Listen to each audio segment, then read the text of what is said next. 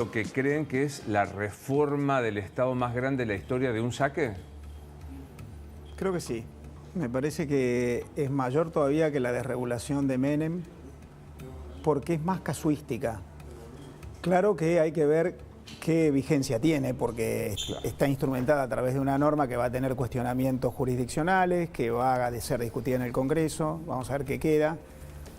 Pero me parece que es un abordaje que así de un saque no se ha visto nunca antes. En la época de Menem hubo una ley de desregulación, pero hubo otras leyes, no eran en una misma norma. Privatizaciones, por ejemplo, fue por afuera, aparte, reforma del Estado fue por afuera. Acá está todo en un mismo plexo. Me parece muy ambicioso. La verdad es que yo lo empecé a leer, todavía no terminé, porque es un complejo enorme. Me parece muy ambicioso. Yo creo que es muy saludable, primero por lo que genera. La Argentina tiene que desregular y descongestionar normativamente. Pero segundo, por la discusión que impulsa. Que en la Argentina empecemos a discutir estas cosas, en vez de discutir cotidianamente cosas menores, también es muy importante. Enancado con lo que dice Elizondo, Carlos, dame tu mirada política, porque es de una soledad notable. Es un DNU, achacable constitucionalmente. Solo, sin ningún otro partido que lo acompañe, que va a ser sometido al Congreso. ¿Qué ves ahí? Bueno, esto que decía Marcelo, comparado con los 90, Menem era el jefe del peronismo, tenía las cámaras y la anuencia de la Corte. Acá no hay ninguna de esas tres cosas, digamos, ¿no? Con lo cual, obviamente, corre más riesgos. No significa, digamos, que vaya necesariamente a fracasar, pero corre más riesgos.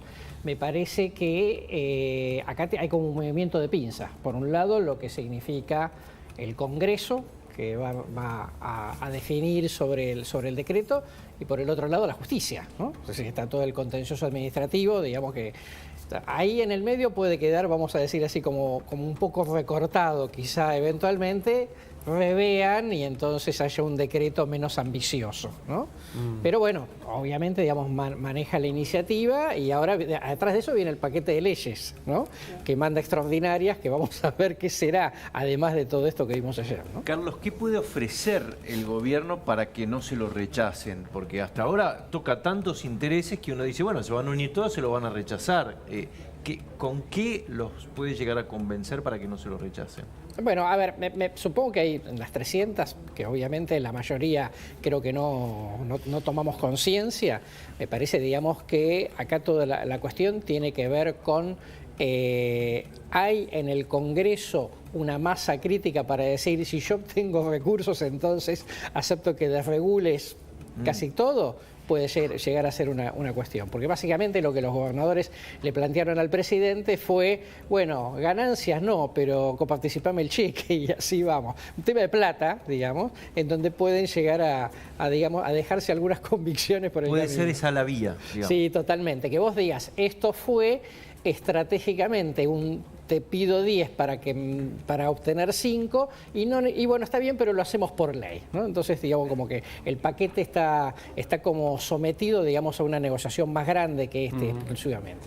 Algunos hoy decían, lo charlamos con Pancho en uno de los cortes, ¿no? Se metió con todos los lobbies, con todos los grupos de presión, con todos los grupos de interés.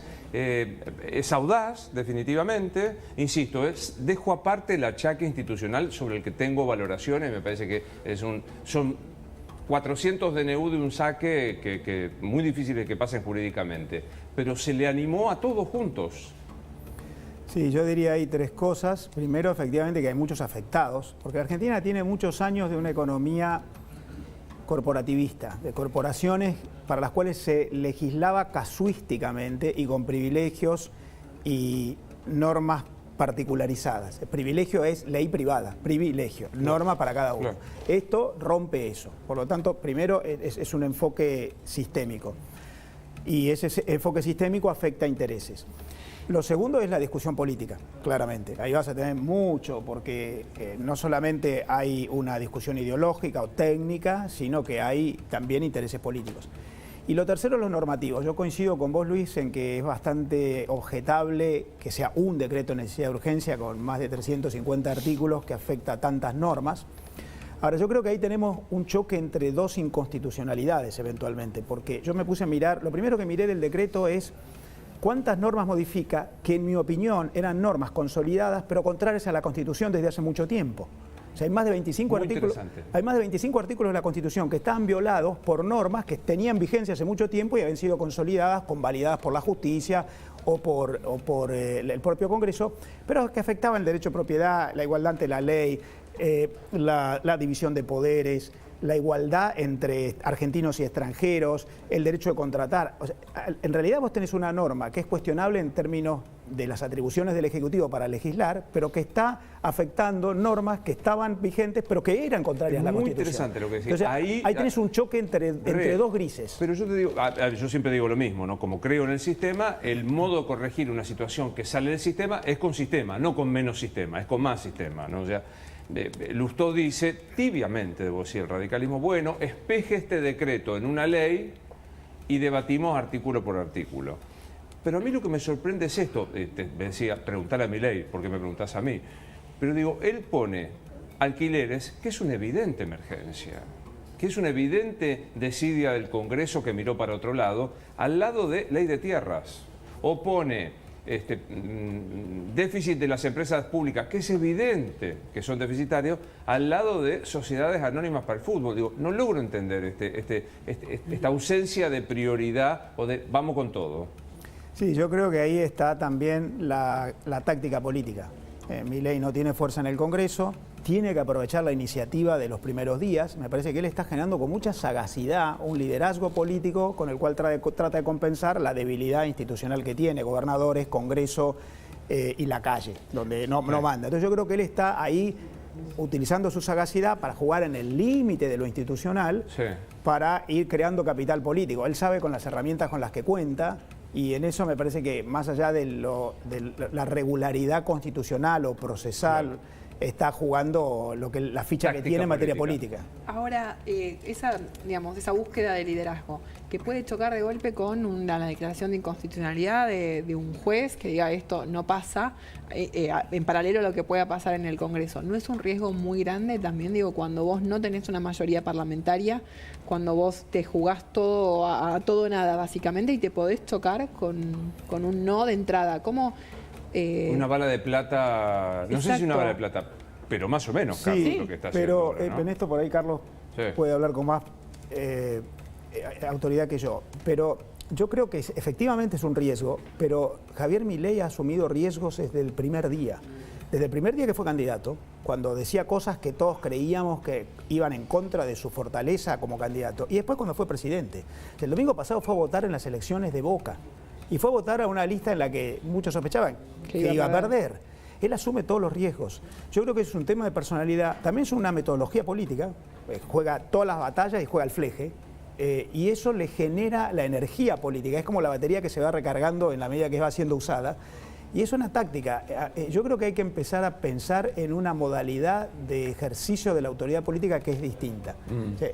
Él juega todo en cada partido y por ahora le va generando resultados. Y ante su soledad política va con todo. Es bastante razonable. ¿Qué ves ahí, Carlos, con eso que está mencionando Marcelo? A ver, yo sí creo, digamos, que como el fenómeno es distinto, entonces no le debemos aplicar las categorías de análisis de cualquier político tradicional. Está ¿no? muy bien.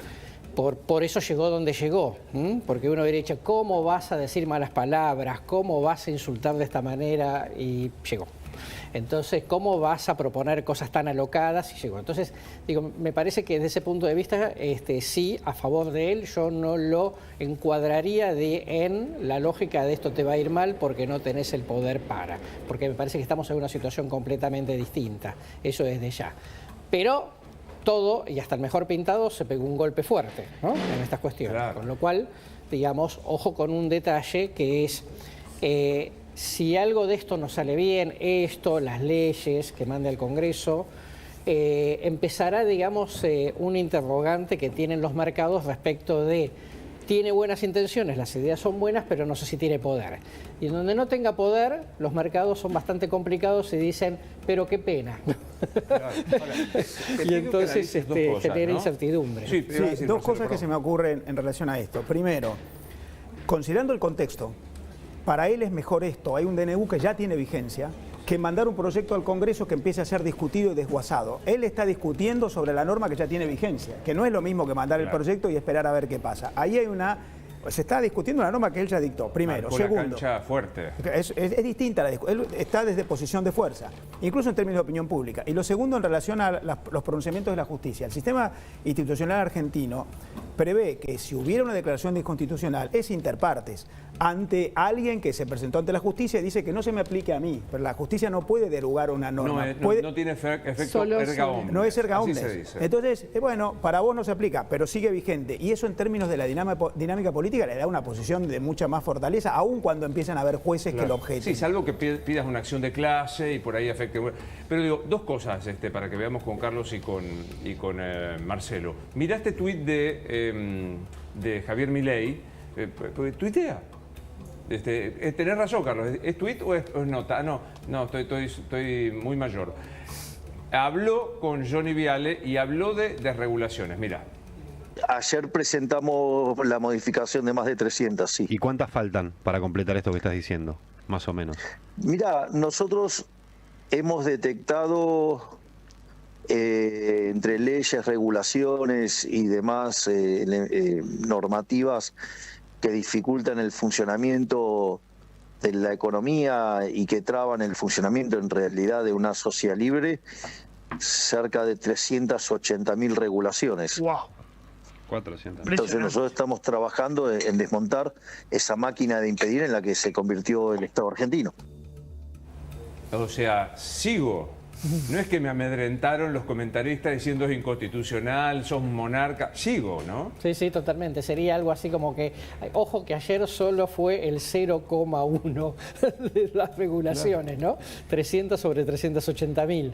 Está claro, digamos, que va a tener una agenda ambiciosa mucho tiempo, que sí, más allá del contenido, la idea de que vine a cambiar y soy ejecutivo, ¿no? Digamos, y después, bueno, después discutiremos los detalles, pero que de ninguna manera puede quedar la idea de que parece que vino a cambiar y finalmente se quedó digamos, sin nafta, ¿no? Se quedó sin combustible. Carlos, ¿puede pasar lo que proponía Lustó, por ejemplo, que lo cambie por una ley y se lo votamos? ¿Eso lo debilita? ¿Cómo lo ves? No, porque ya, digamos, la agenda es la agenda de él. En todo caso estaríamos discutiendo el procedimiento, pero si lo querés por ley en vez de por decreto, bueno, va por ley. Y discutamos un poco si hace falta, pero de todas maneras él ya marcó, digamos, el marco de referencia de la discusión, ¿no? Desde ese punto de vista, psicológicamente, frente a la opinión pública, gana.